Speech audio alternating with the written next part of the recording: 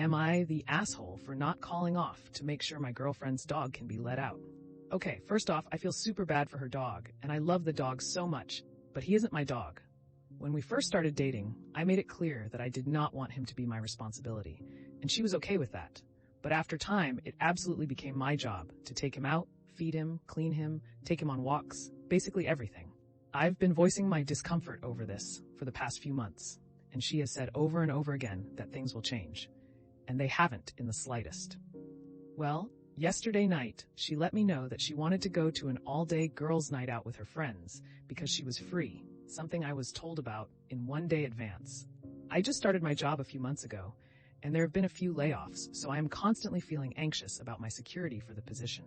She has a very screw big business, steal clothes from Target mindset, and got very upset when I told her I wasn't going to call off the night before, or really because of how late it was, the morning of. Come today, I left for work and won't be home until about 10 p.m. I did let him out right before I left, but he won't be let out for at least 12 hours. She is calling me a dog abuser and unloving to her because I can't let her enjoy her night out without having to think about the dog the whole time she is out. I have been a model employee and most likely would have been fine calling off just 1 day, as she has pointed out multiple times, but it makes me feel uncomfortable to do so. And honestly, I never said I wanted to take care of the dog. It is her dog, not mine. I'm already annoyed I've become the primary caretaker. I don't plan on letting this affect my work life as well. Tita, our girlfriend, thinks I am abusing her dog and not caring about her for not calling off work to watch him, and I'm too stubborn to call off.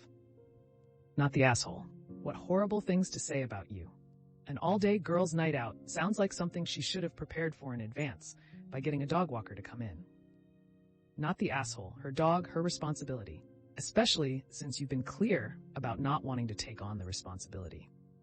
Am I the asshole for not watching my kids so their father could visit his wife in the hospital?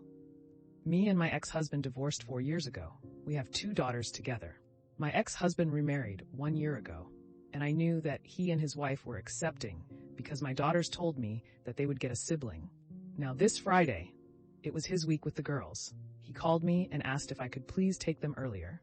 When I asked him why, he told me that he needed to be with his wife at the hospital.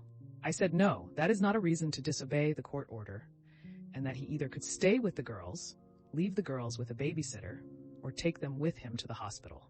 I hung up before he could continue. He texted me about 2 hours after telling me that I was extremely sick in the head and that for once, he was in a situation where he needed my help, and I refused. His best friend, who was a mutual friend of ours until the divorce, also texted me and said that he hoped I was happy with myself. I don't get how I could be an asshole, but it obviously seems like he and his best friend has come to that conclusion. If I am the asshole, yes, I will apologize, but firstly, I need to know. AITA? Because I just don't get not wanting your kids at any opportunity. You just sound mean.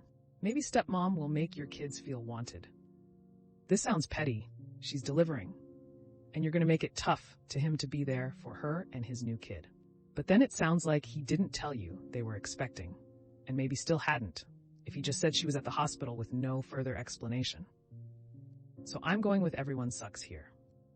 You're the asshole. He asked for help, and you decided to be spiteful. I hope you end up in a position where you really, really need to be there for someone and ask him to do you a solid. And he says, nah, couldn't possibly disobey the court order. Did you bother to ask if it was an emergency? Because if it was a planned hospitalization, your ex should have planned and not counted on you without warning, even if it wouldn't kill you to pick up earlier your own daughters. But if it was an emergency, you would be a huge a-hole. You're the asshole. You're incredibly petty and selfish. Shame on you for behaving like this and also showing your children how little you would do to help them. Jealous much? What a terrible way for you to behave. Your children will also remember your pettiness and likely lose respect for you as a result, which they should. Ugh! Am I the asshole for telling my sister that her life is my biggest nightmare? I, 27F, have an older sister, Kara, 45. We have a big age gap, but are still quite close, and she is basically like another parent for me. And we got much closer when our mom died when I was 14. Kara basically raised me and is very overprotective, but in the past, I have asked her to give me some space. I have always been career-focused and dated casually and nothing long-term. Most of my friends are married and some with kids, so we are all at different life stages. My one and only serious relationship beyond 2 months was with my ex-fiancé Ted. However, we broke up last year. I struggled to move on and only started recently casually dating, but I miss Ted, so I can't commit to anything. Kara helped me through the breakup, but she wanted me to get back together with Ted as she really liked him and even suggested that I pass up the job for him. Kara really wants me to settle down like she has, and I just think we are too different in that. She is a Sam to 3 kids and basically raising a 4th, as her husband doesn't lift a finger around the house and will kick up a fuss if the house is messy or there's no food on the table. I don't like my brother-in-law at all and have encouraged Kara to discuss with him about getting him to help out around the house. Kara called me again last night to encourage me about starting to date again and that she set up a blind date for me. And honestly, I feel that's the only thing we've spoken about for the past few weeks. She said she just wanted me to be happy like she is, but I then told her that her life is my biggest nightmare. She got upset and said I was being too harsh. Everyone sucks here. Kara should not be pushing a lifestyle on you that you don't want, but her intentions do seem to be good. As for you, I'm not interested, no thank you, or even if you don't drop it, I will no longer engage with you. If she continues to be pushy, is acceptable. Your life is my worst nightmare is unnecessarily mean. You're the asshole. I appreciate that you want what you think is best for me, but I want different things in life than you do. I'm glad you're happy, but that's just not what I'm looking for. See how easy it could have been to get your point across and not insult your sister? You're the asshole. I don't think that was necessary for you to say. It was mean, and it was meant to be mean. If you were tired of talking about your dating life, her trying to set you up, you should have just said that. Gentle, you're the asshole. You could have said it better. I can understand the frustration of her pushing her idea of happiness on you. But you could have found a way to communicate that without sounding judgy of her life choices.